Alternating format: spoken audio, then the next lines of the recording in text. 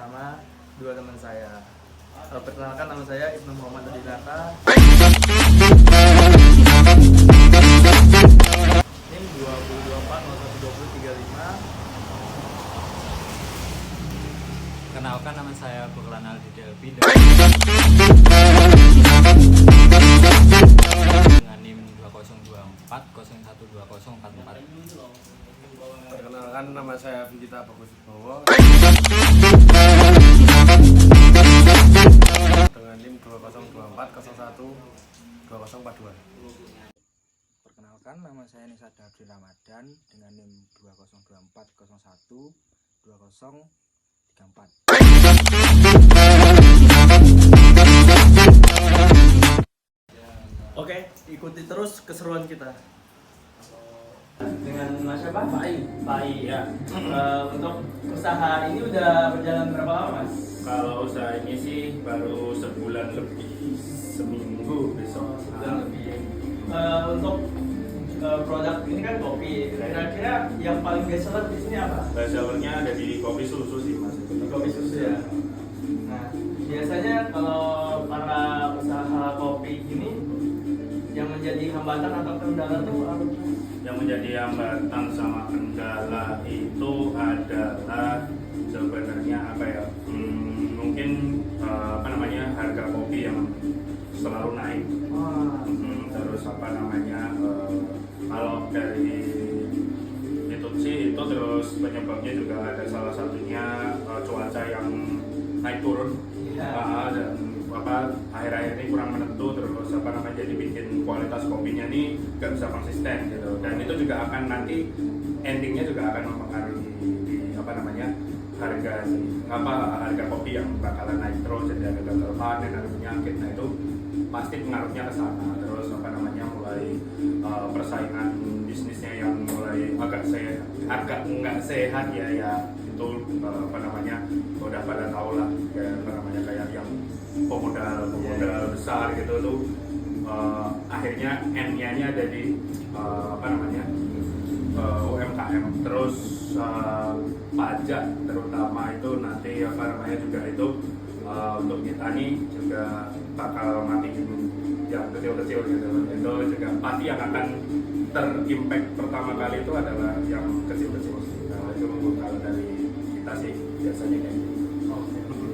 Mungkin terakhir ya, mungkin masih ada sedikit tips bagi para generasi Gen Z mungkin yang mau buat usaha kopi seperti ini gimana tuh? Kalau biasanya tipsnya sih yang pertama kalau untuk orang awal based on pengalamanku ya, itu jangan tertarik sama investor, karena investor ini nanti arahnya dia manis di awal nih, tapi endingnya nanti bakalan salah satu pasti akan ada yang merasa dirugikan gitu. Entah ada investor yang pinter yang nanti bisnisnya ada turnover, atau kalau misalkan si owner bisnisnya ini pinter, investornya yang bakal boncos kayak gitu. Itu satu. Yang kedua kalau dari aku sih, aku lebih suka bisnis yang organik. Jadi kita belajar sendiri, dan aku sih orangnya sorry ini mungkin agak kontroversial, tapi untuk aku sih aku anti franchise. Jadi kalau franchise itu perhitungannya karena kopi yang udah semakin tinggi, mereka bakal jual harga yang lebih murah, dan franchise itu nanti akan naikin margin 2 kali. Jadi untuk dia sendiri sama untuk mitranya, dan itu juga aturan atau segala sesuatunya itu bukan dia yang ngatur, tapi atas yang ngatur. Jadi nanti bakal berubah terus kayak gitu. Itu yang kedua. Terus yang ketiga, belajar dulu. Belajar dalam artian bukan belajar teknis apa kopi segala macam, itu udah pasti ya.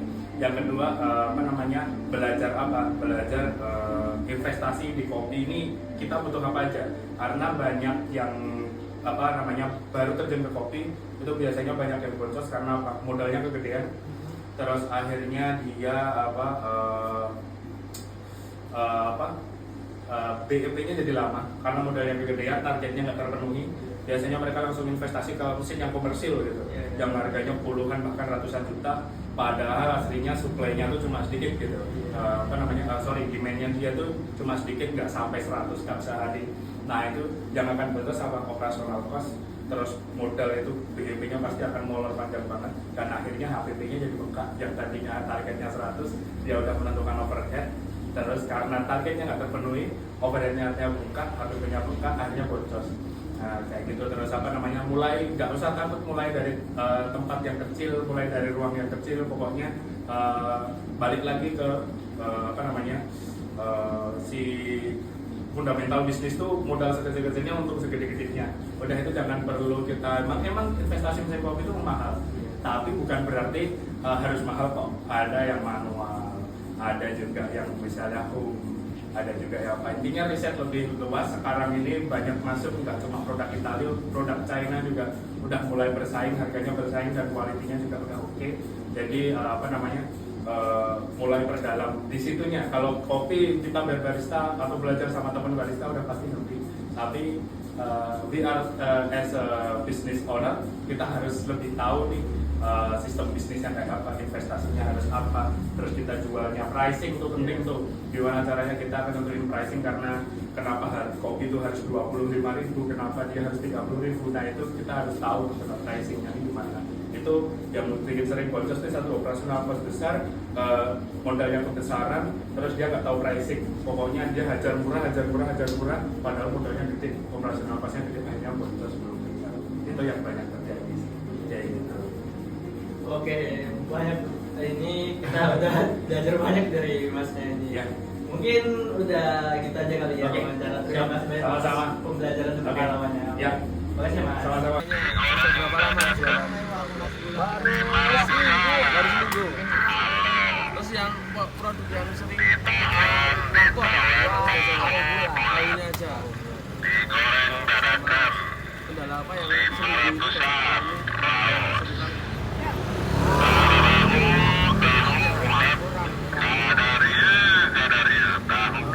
yang terakhir kondisinya gimana Pak kalau proses? Ya punya, kalau usaha sendiri itu harus punya modal ya, minimal bisa beli gerobak sama bahan. Yang tadi buat sendiri apa? Beli pabrik. Bapak siapa? Sabrun. Udah berapa lama memulai usaha ini Pak? 4 tahun. 4 tahun. Produk yang paling best apa Pak? Kayak yang paling dicari bawaan Malang atau Bas? Bawaan Malang. Kendala apa yang sering-sering terjadi Pak? Kayak misal hujan atau apa? Angin. Angin. Jadi untuk memulai usaha ini apa Pak? Alhamdulillah. Kita sampaikan yang luas. Ada pasrah, ada yang Udah Pak, sekian dari saya. awal berdirinya angkringan ini gimana Mas? Tadinya itu iseng-iseng ingin membuka usaha dengan kakak saya. Terus ya buka usaha angkringan ini Mas. Sejak kapan Mas? Ya kurang lebih 1 tahunan. Di sini kan mungkin banyak menu ya Mas. Ya Untuk best sellernya di sini apa? di sini ada nasi goreng sama sate-satenya biasanya laris cepat habis. Untuk gorengan mendadak bikin apa persiapan dari sore Mas?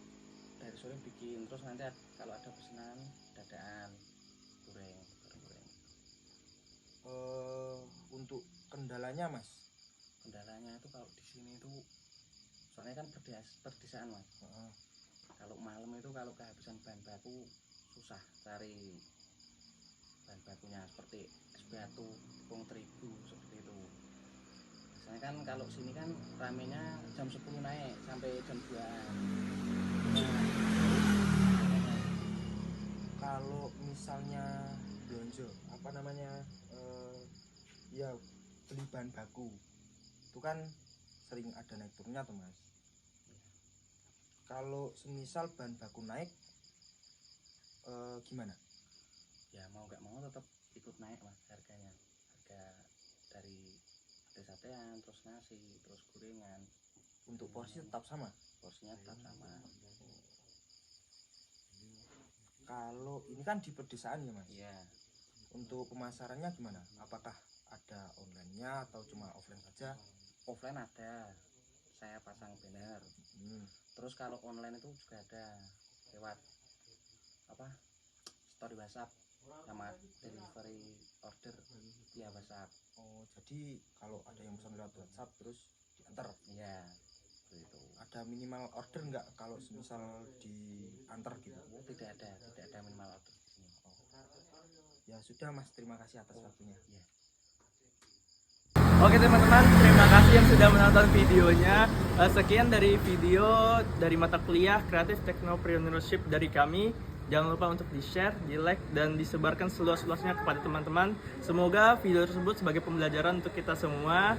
Dan bagi teman-teman yang ingin berwirausaha, jangan lupa untuk terus belajar. Terima kasih.